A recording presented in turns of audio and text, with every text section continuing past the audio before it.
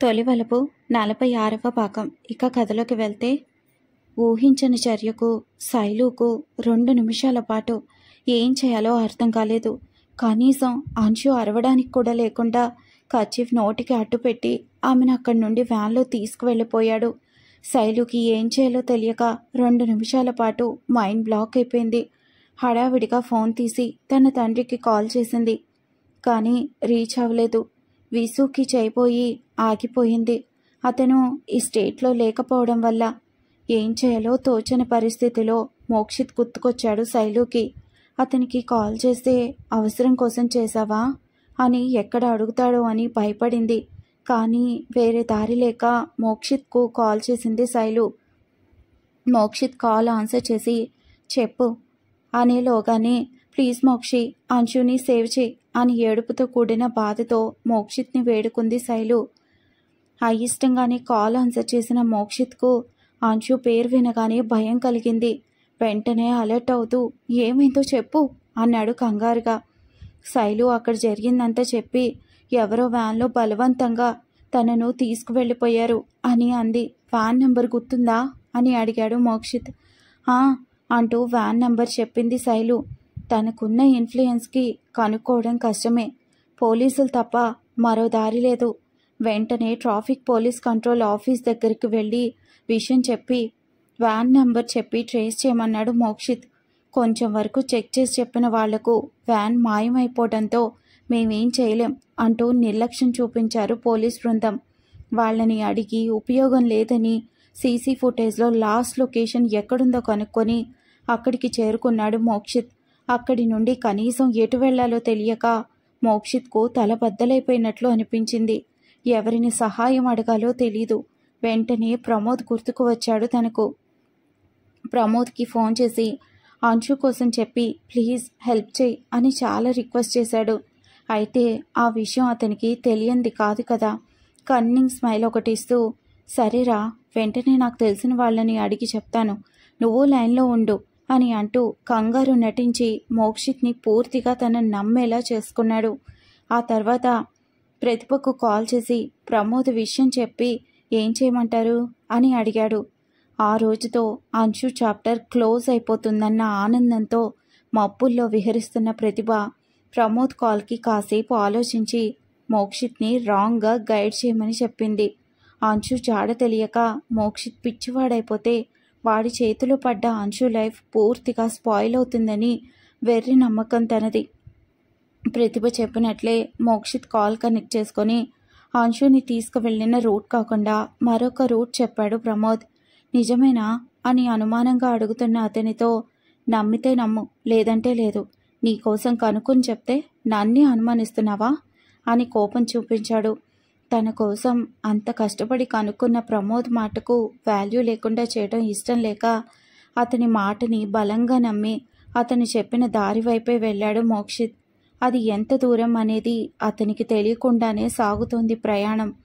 ఎక్కడా కూడా అంచు ఉన్న ఆనవాళ్లు కొంచెం కూడా కనిపించలేదు అతనికి.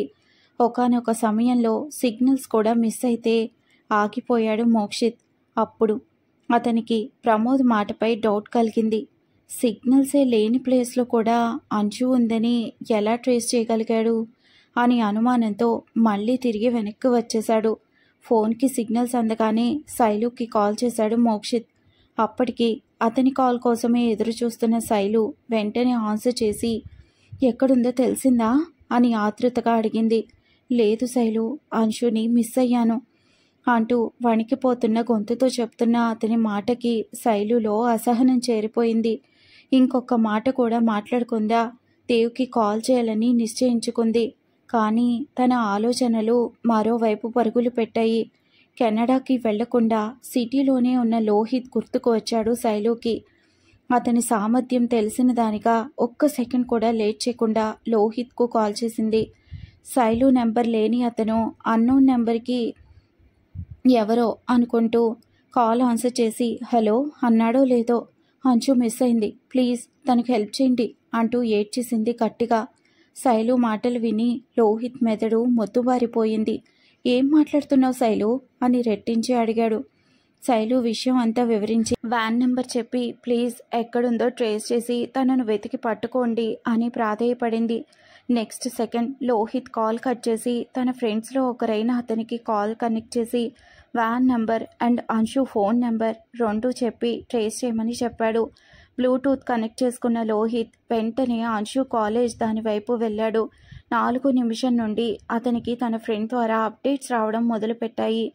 అంశు చివరి డెస్టినేషన్ సిటీలోనే చూపించడంతో బైక్ స్పీడ్ ఇంకొంచెం రైజ్ చేసి అరగంట పాటు వెతికిన అతనికి శైలు చెప్పిన వ్యాన్ కనిపించింది.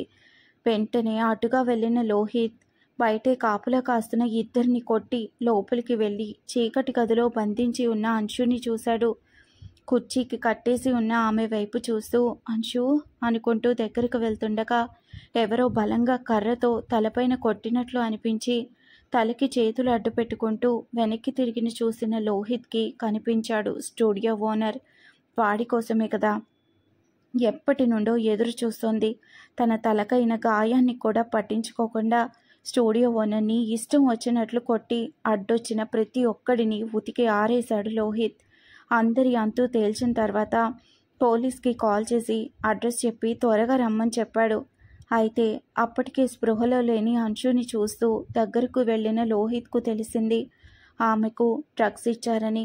పక్కనే ఉన్న బాటిల్ ద్వారా పోలీసులు వచ్చిన తర్వాత స్టూడియో ఓనర్ని అతనికి అప్పగించి కేసు ఫైల్ చేయడానికి త్వరగానే వస్తాను అని చెప్పి అంశుని తీసుకొని హాస్పిటల్కి వెళ్ళాడు అతను.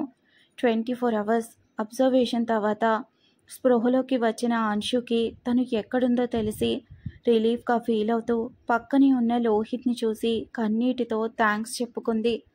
బాధతో భయంగా చూస్తున్న ఆమె కళ్ళను చూస్తూ అంశు పక్కనే కూర్చున్న లోహిత్ అంశు చేతులను పట్టుకొని మేమే నీకు సారీ చెప్పాలంశు అన్నాడు వెలితిగా. లోహిత్ మాటలు అర్థం కాక అయోమయంగా చూస్తున్న అంశు తల నిమురుతూ నా చెల్లెల్లాంటి దానివి, ఇప్పటి వరకు నీ దగ్గర నిజం దాచి తప్పు చేశాను అని బాధపడి నీ ఈ పరిస్థితికి కారణం దేవ్ తల్లి స్థానంలో ఉన్న ప్రతిభ అని చెప్పగానే నిర్ఘాంతపోయింది అంశు. ఏం మాట్లాడుతున్నావు అన్నయ్య అని అడిగింది నీళ్ల కళ్ళతో. కేవలం అంశుకి మాత్రమే తెలుసు కొన్ని గంటల ముందు తను పడిన బాధ. ఒకవేళ లోహిత్ రాకపోతే తన పరిస్థితి అనే ఆలోచనకే భయం పుట్టింది తనకు. ఒక ఆడపిల్ల విషయంలో మరొక ఆడది ఇంత క్రూరంగా ఎలా ప్రవర్తించగలదు అని అనుకుంటూ తనలో తనే మదన పడుతున్న అంశు చేతిని తన చేతుల్లోకి తీసుకుని ఇప్పటి వరకు ప్రతిభ గురించి తనకు తెలిసిన ప్రతి చిన్న విషయం కూడా ఆమెకు చెప్పాడు లోహిత్. అంతా విన్న అంశు ఆశ్చర్యపోయింది. ఇంకా లేట్ చేయకుండా దేవ్కి నిజం చెప్పండి అన్నయ్య అని కోరింది. కానీ లోహిత్ మాయకు నచ్చ చెప్పినట్లే అంశుకి కూడా చెప్పి ఇప్పుడు వాడి భవిష్యత్తు మనకి ఇంపార్టెంట్ అంశు, ఇదంతా చేసింది ప్రతిభ అని తెలిస్తే దేవ్ జీవితంలో మనుషుల్ని నమ్మలేడు. ఇప్పుడిప్పుడే వాడు తన ఫ్యూచర్పై ఫోకస్ చేయడం మొదలుపెట్టాడు. ఇప్పుడు మనం డిస్టర్బ్ చేస్తే జీవితకాలం తన డ్రీమ్స్కి దూరం అయిపోతాడు. ఒకసారి నువ్వే ఆలోచించు, వాడి మంచి కోరుకునే వారిలో నేను ఒక్కడిని, ఏం చేసినా ఆలోచించే చేస్తాను అని చెప్పిన లోహిత్ మాటలు నిజమే అనిపించింది తనకు. కాసేపటి మౌనం తర్వాత తలుపులు తెరుచుకుంటూ లోపలికి వచ్చిన మోక్షిత్ అక్కడ లోహిత్ ఉన్నాడన్న ధ్యాస కూడా లేకుండా బెడ్పై కూర్చుని ఉన్న అంశుని గట్టిగా హత్తుకున్నాడు కన్నీటితో. నిన్ను మిస్ అవుతాను అనుకున్నాను అనే మాట వణికి గొంతుతో చెప్తూ. అంశుకి ఇబ్బందిగా అనిపించింది. ఎప్పుడు అయితే మోక్షిత్ని అసహ్యించుకునేది, కానీ ఈసారి మోక్షిత్పై అసహ్యం వేయలేదు. తన బాధలో ఉన్న స్నేహం మాత్రమే కనిపించింది. మోక్షిత్ ఇలా తయారవడానికి కారణం ప్రతిభ అని తెలిసినప్పటి నుండి అంశు ఆలోచనల్లో మార్పు వచ్చింది. చాలా రోజుల తర్వాత అంశు మోక్షి అని పిలవగానే కన్నీళ్లతో చూశాడు. నాకేం కాలేదు, బాగానే ఉన్నాను అన్న అంశు కళ్ళల్లో ఈసారి తనపై అసహ్యం కనపడలేదు. కళ్ళు తుడుచుకున్నాడు పెదవులపై చిన్నగా చేరిన నవ్వుతో. మనసులో అంశు ప్రేమ దక్కపోయినా ఆమె స్నేహమైన ఉంటే చాలు అనిపించింది. ఇకపై అంశు కన్నీళ్లకు తన కారణం అవ్వకూడదు అనుకున్నాడు. ఇంతలో శైలు వచ్చి మోక్షిత్ను ఓదార్చి బయటకు తీసుకువెళ్ళింది. అంశు అక్కడే ఉన్న లోహిత్తో సరే అన్నయ్య, దేవ్కు ఇప్పుడే ఈ విషయం చెప్పొద్దులే, నువ్వన్నది కరెక్టే. తను కెరీర్లో ఎదిగే టైంలో డిస్టర్బ్ చేయొద్దు. దేవ్ ఇండియా వచ్చాక చూసుకుందాం అంది అంశు. సరేరా, టేక్ కేర్ అంటూ లోహిత్ వెళ్ళబోయాడు. ఇంతలో అంశు మెల్లగా అన్కాన్షియస్ అవ్వడంతో కంగారుగా డాక్టర్ దగ్గరకు పరుగులు పెట్టాడు లోహిత్. బయట ఉన్న శైలు, మోక్షిత్లకు అంశు పరిస్థితి ఏమీ అర్థం కాక టెన్షన్ పడుతూ డాక్టర్ కోసం చూస్తున్నారు. లోహిత్తో పాటు డాక్టర్ లోపలికి వెళ్ళి అంశుని చెక్ చేసి she's all right, need not to be worry అంటూ బయటకు నడిచాడు. బయట ఉన్న శైలు వాళ్ళు లోపలికి వెళ్ళి అంశు దగ్గర ఉండగా ఒకసారి మీతో మాట్లాడాలి అంటూ డాక్టర్ లోహిత్ను తన క్యాబిన్కు తీసుకువెళ్లారు. మరొక వైపు ప్రమోద్ ద్వారా విషయం తెలుసుకున్న ప్రతిభ ఆవేశంతో రగిలిపోయింది. ఈ స్టూడియో ఓనర్ చాతకాని వెధవ అని తిట్టుకుంటూ వాడిని విడిపించే ప్రయత్నం చేసింది. ఇప్పుడు కనుక వాడు నోరు విప్పితే అసలు నిజం బయటికి వస్తుంది. ఇదంతా చేయించింది తానే అని తెలిస్తే దేవ్ దృష్టిలో తను చెడ్డదవ్వడం ఇష్టం లేక వెంటనే తన ఇన్ఫ్లుయెన్స్ ఉపయోగించి వాడి మీద కేసు ఫైల్ అవ్వకుండానే స్టూడియో ఓనర్ బయటపడేలా చేసింది. చూడు, నీ పంతం నా పగ రెండూ తీరే మార్గం చెప్తా. అప్పటి వరకు ఎవరికంటా పడకుండా నేను చెప్పిన చోటే ఉండు అంటూ ప్రమోద్ వైపు చూసింది. ఆమె చూపుకు అర్థం తెలిసిన ప్రమోద్ వాడిని అక్కడి నుండి తీసుకువెళ్ళాడు. ప్రతిభ కోపంగా చూస్తా నా కొడుకు జీవితంలోకి ఎలా వస్తావో అనుకుంటూ ఏదో మాస్టర్ ప్లాన్ చేస్తోంది తన కన్నింగ్ మైండ్తో. మరొక వైపు లోహిత్తో డాక్టర్ అంశు గురించి చూడండి, ఆమె బాడీలోకి ఎక్కువ డోస్లో ఎవరో డ్రగ్స్ ఇచ్చారు. మరి కాస్త ఎక్కువ డోస్ ఇచ్చి ఉంటే ఆమె ప్రాణాలకే ప్రమాదం జరిగి ఉండేది. ఫ్యూచర్లో కూడా ఆమె కాస్త అలర్ట్గా ఉండడం అవసరం. అప్పుడప్పుడు ఆమెకి డ్రౌజీగా అనిపించడం వంటివి జరుగుతుంది. భయపడకండి, మేము ఆల్రెడీ ఆమెకి యాంటీడోస్ ఇస్తున్నాం. ఆమె సేఫ్గానే ఉన్నారు. నేను చెప్పిన మెడిసిన్స్ మిస్ చేయకుండా కంటిన్యూ చేయండి అని చెప్పగానే లోహిత్ రక్తం మరిగిపోయింది. దీనంతటికీ కారణం వాడే అనుకుంటూ వాడి అంతు తేల్చాలి అనుకుంటూ ఎర్రగా మారిన కళ్ళతో బయటకు వచ్చాడు. తిన్నగా అంశు రూమ్కి వెళ్ళి శైలు వాళ్లకు తనను జాగ్రత్తగా చూసుకోమని చెప్పి బయటకు నడిచాడు. స్టేషన్కు వెళ్ళిన లోహిత్కు స్టూడియో ఓనర్ బయటపడ్డాడని తెలిసి షాక్ అయ్యాడు. స్టేషన్లో గొడవ పడిన తనకు ఎస్ఐ మాట ఇచ్చాడు. మిస్టర్ లోహిత్, ప్లీజ్ లోహిత్, ఆవేశపడకండి, వాడిని కరెక్ట్ టైం చూసి బ్లాక్ చేస్తాను అని మాట ఇవ్వడంతో బయటకు నడిచాడు. ముందు దేవ్కు ఈ విషయాలన్నీ చెప్పకుండా ఇండియా రమ్మని చెప్పాలి అనుకున్నాడు. అదే ఆలోచిస్తూ కార్ డ్రైవ్ చేస్తున్న లోహిత్ మొబైల్ రింగ్ అవడంతో హలో మాయా అన్నాడు కంగారుగా. ఏమైంది లోహి అడిగింది. అతని కంగారు గమనించి మొత్తం జరిగిన విషయం చెప్పగానే మాయ రక్తం మరిగిపోయింది. నువ్వేమీ కంగారు పడకు, దేవన్నకు అసలు విషయం చెప్పకుండా ఇండియా తీసుకుని వస్తా అంటూ భరోసా ఇచ్చింది. కూల్ అయ్యాడు రోహిత్. రిలాక్స్ అయిన మైండ్తో తిరిగి హాస్పిటల్కు చేరుకున్నాడు. అంశు పరిస్థితి గురించి తనకు చెప్పాలి.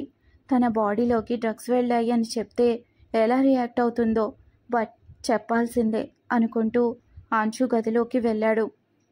అక్కడే శైలు, మోక్షిత్ ఉన్నారు. అంశు, నీతో కొంచెం మాట్లాడాలి అనగానే శైలు వాళ్ళు బయటకు వెళ్ళిపోయారు. అంశు, లిసన్, ఆ స్టూడియో ఓనర్ నిన్ను కిడ్నాప్ చేసినప్పుడు నీకు డ్రగ్స్ ఇచ్చాడు. But you are safe now, don't worry అంటూ జాగ్రత్తలు చెప్పి ఫ్యూచర్లో ఎలాంటి ఇబ్బందులు ఫేస్ చేయాల్సి వస్తుందో ఎక్స్ప్లెయిన్ చేశాడు. ధైర్యం చెప్పి మోటివేట్ చేశాడు. తన పరిస్థితికి కారణమైన ఆ విధవ మీద కోపం వచ్చింది. దేవ్ ప్రేమే ఈరోజు నాకు ఏమీ కాకుండా కాపాడింది అని మనసులో అనుకుంటూ ఏవో ఆలోచనల్లో మునిగిపోయింది అంశు. బయట ఉన్న శైలుకి కూడా అంశు పరిస్థితి చెప్పి జాగ్రత్తగా చూసుకోమన్నాడు. అక్కడే ఒంటరిగా కూర్చున్న మోక్షిత్ ఆ మాటలు విని ఆవేశంతో రగిలిపోయాడు. ఆ స్టూడియో ఓనర్ అంతు తేల్చాల్సిందే అనుకుంటూ పిడికిలు బిగించాడు. 2 రోజులు గడిచాయి. అంశు మెల్లగా కోలుకుంటుంది. డాక్టర్ చెక్ చేసి డిశ్చార్జ్ చేశాక శైలు తనతోనే ఇంటికి తీసుకొని వెళ్ళింది. కానీ అంశు ఇదివరకుట్లా యాక్టివ్గా ఉండట్లేదు. ఎప్పుడు ఏదో ఆలోచిస్తూ ఒంటరిగా కూర్చుంటోంది. కాలమే మోక్షిత్ను మార్చింది. ప్రమోద్ వల్ల ఇన్ఫ్లుయెన్స్ అయ్యి ఇన్నాళ్ళు అంశు కన్నీళ్లకు కారణమైనందుకు రిగ్రెట్ ఫీల్ అయ్యాడు.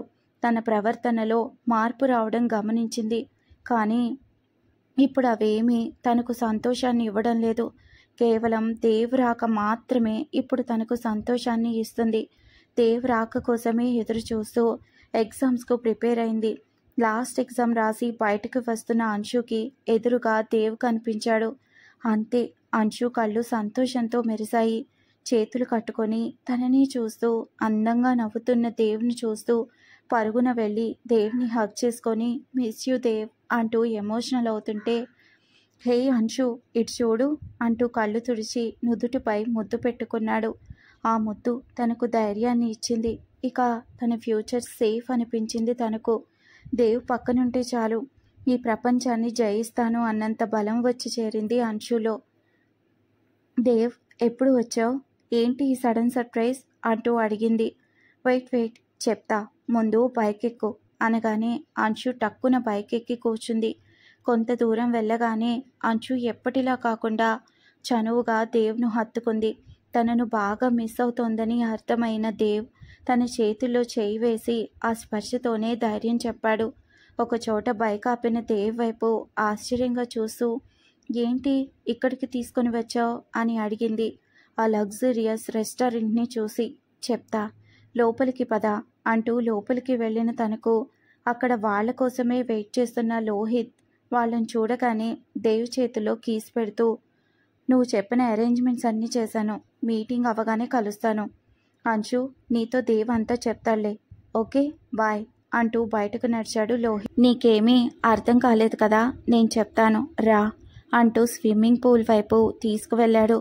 ఆ ప్లేస్ చాలా ప్రశాంతంగా అనిపించింది అంశుకి. అక్కడ అరేంజ్ చేసిన ఫౌంటైన్ నుండి సడి చేస్తూ ఫ్లో అవుతున్న వాటర్ సౌండ్ తనకు హాయిని ఇస్తుంటే, దేవ్ అంశుని అక్కడే ఉన్న ఉయ్యాలలో కూర్చోపెట్టి కళ్ళు మూసుకో అంటూ తన చేతిలో డాక్యుమెంట్స్ పెట్టాడు. కళ్ళు తెరిచి చూసిన అంశు సంతోషానికి హద్దు లేకుండా పోయింది. వెంటనే ఇది నిజమా అంటూ దేవ్ని హగ్ చేసుకొని కంగ్రాట్స్ చెప్పింది అంశు. ఇప్పుడు జరిగే ఎపిసోడ్స్ అన్నీ కూడా పాస్ట్ క్లైమాక్స్కి సంబంధించినవి, సో గమనించగలరు. ఇక రానున్న ఎపిసోడ్స్ ప్రజెంట్తో మళ్ళీ మీ ముందుకు వస్తుంది. ఈ ఎపిసోడ్ కనుక నచ్చితే తప్పకుండా లైక్ చేసి సబ్స్క్రైబ్ చేసుకోండి. మరొక ఎపిసోడ్ వినడం కోసం ఛానల్ని సబ్స్క్రైబ్ చేసుకోవడం మర్చిపోవద్దు. Thanks for listening.